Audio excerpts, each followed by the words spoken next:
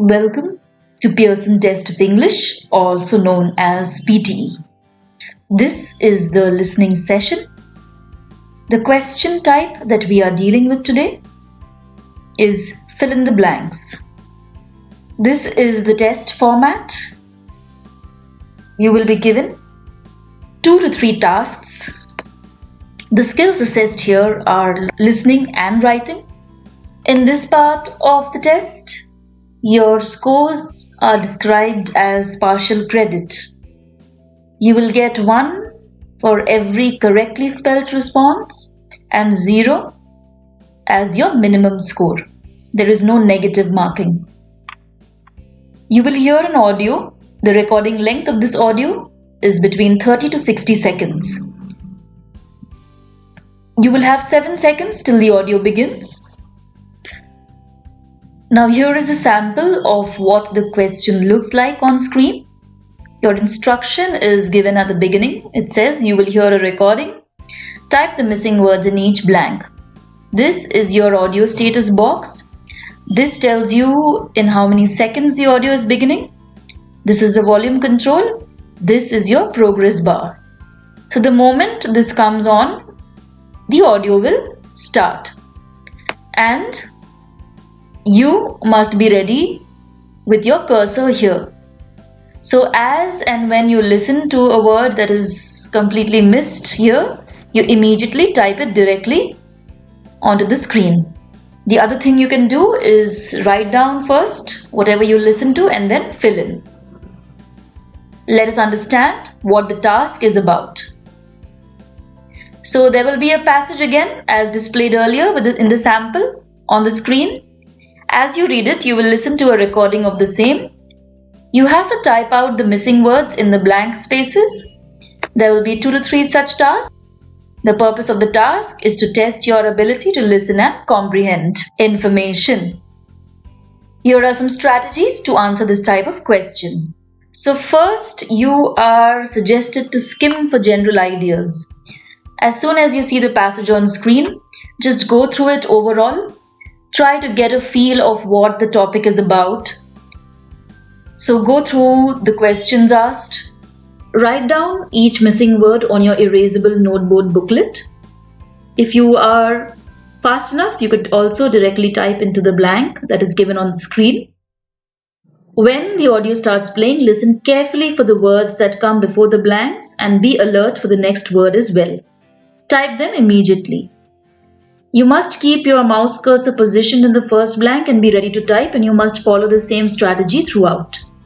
Follow the transcript thoroughly. You can use grammar clues such as verbs, nouns, adjectives.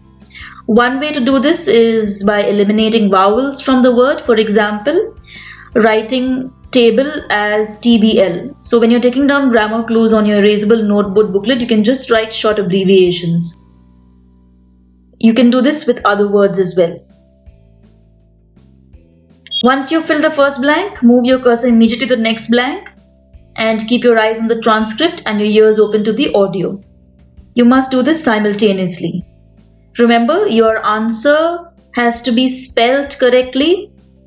So when you're reading through also, it should make sense. So check for the context and grammatical accuracy. Whenever the audio stops, you can refer to your notes. It is suggested that you follow UK English so that you have used proper spellings. In any case, use one type of spelling consistently. Read through in the end for overall meaning. Do not leave any blanks unanswered. If you're not sure, take a guess. When you're making notes, avoid using full spellings as you might miss out on the transcript and the audio of the transcript. You can fix the spellings once it's over. Don't waste time in revisiting your answers again and again. Remember that the next item does not start until you click the next button at the bottom of the screen. So make sure you click next to move on. Now this is your practice question 1. You will hear a recording. Once the recording begins, you can write down or type down on your screen all of the correct answers and cross-check them with the answer list that we have provided. Practice Test 1, page 40, section 2. Fill in the blanks. You will hear a recording. Write the missing words in each blank. Recording A. Almost everyone has heard of the London Stock Exchange, but relatively few know anything about the London Metal and Commodity Exchanges. Yet these markets have a greater influence on world economies because they set global prices for some of the essential raw materials for industry and food manufacture. The LME provides 3 basic services to the world's non-ferrous metal trade. First, it is a market where large or small quantities of metal of a guaranteed minimum standard can be bought and sold on specific trading days. Second, it acts as a barometer of world metal prices. And third, it is a hedging medium. That is, it can help traders get some protection from price fluctuations that occur for economic, political or financial reasons.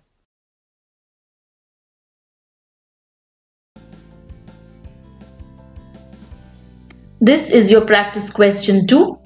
Once again, you will hear a recording.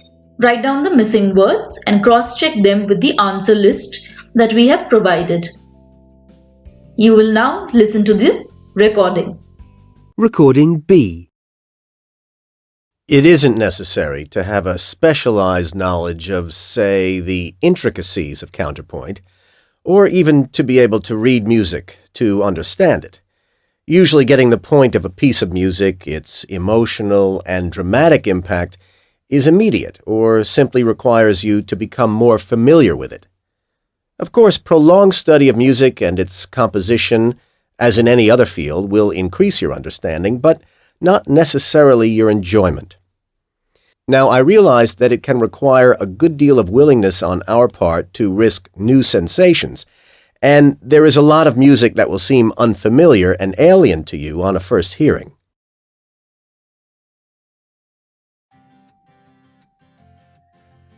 Here are some common problems that students often face when doing this type of question. The first one is understanding the accent. A lot of students who are unfamiliar with different English accents struggle with this. So it is suggested that you try and familiarize yourself with different accents. The other problem is vocabulary and then grammar. Most people often use colloquial English or just regular English, but when it comes to the PTE test, there are certain rules of grammar that you have to observe. There are, of course, also expectations that a student will have a wide range of vocabulary, which doesn't always happen. So these are some of the problems that are often encountered. Finally, another problem is also, listening to different pronunciation. Not just accent, even pronunciations and inability to understand them. Now, here are some tips to do this type of question properly, and they are: you can learn academic words and synonyms, create your own vocabulary list or resource, practice making sentences and practice speaking them out aloud, practice listening to them in different accents. The most important thing here is grammar and spelling, since you will be writing down or typing down the answer. If you go wrong, then your answer will be incorrect. Make sure you use correct words and phrases. To do this, practice phrasal verbs, practice noun, verb, prepositional phrases. These will also increase your grammatical range as well as your vocabulary. Learn to follow oral sequencing of information, like how the information is placed and what comes after what. Identify words and phrases that are appropriate to the context so that it will keep you prepared for the meaning overall. And in case you forget a certain word or you've partially heard a certain word, you can try to fit them within the context and possibly get a correct answer. Practice matching the written form of the word to the sound. This will really help you to understand the stress in the word, as well as how the word is pronounced and how it is used in the sentence. So you will remember doing this particular bit. This is basically more of a memory practice. So this will really help you to understand and associate sounds with the word, and therefore you will remember them. So if it comes up in any other task, then you will always remember it. Check pronunciation. It's extremely important to understand the different kinds of pronunciation used here and the correct pronunciation. You might be using a different type of pronunciation, and while the speaker is explaining or describing something, you might not be able to identify, despite the fact that the words might possibly be the same. So pronunciation is important. Practice listening to different accents and varied paces of speech. The answers sometimes might be at a very high rate of speech. You might not be able to pick it up. So speak them out aloud and see how fast you can say a particular sentence within a particular period of time. Practice lots of homonyms. Homonyms are words which sound the same but have different spelling and as well as meaning. Note down the missing words. Practice taking down notes. Make a person or get a partner who will, dictate a particular line and see how many words you can note down within a fixed period of time. And finally, maintain a good vocabulary list. That is the end of this particular explanation. Thank you.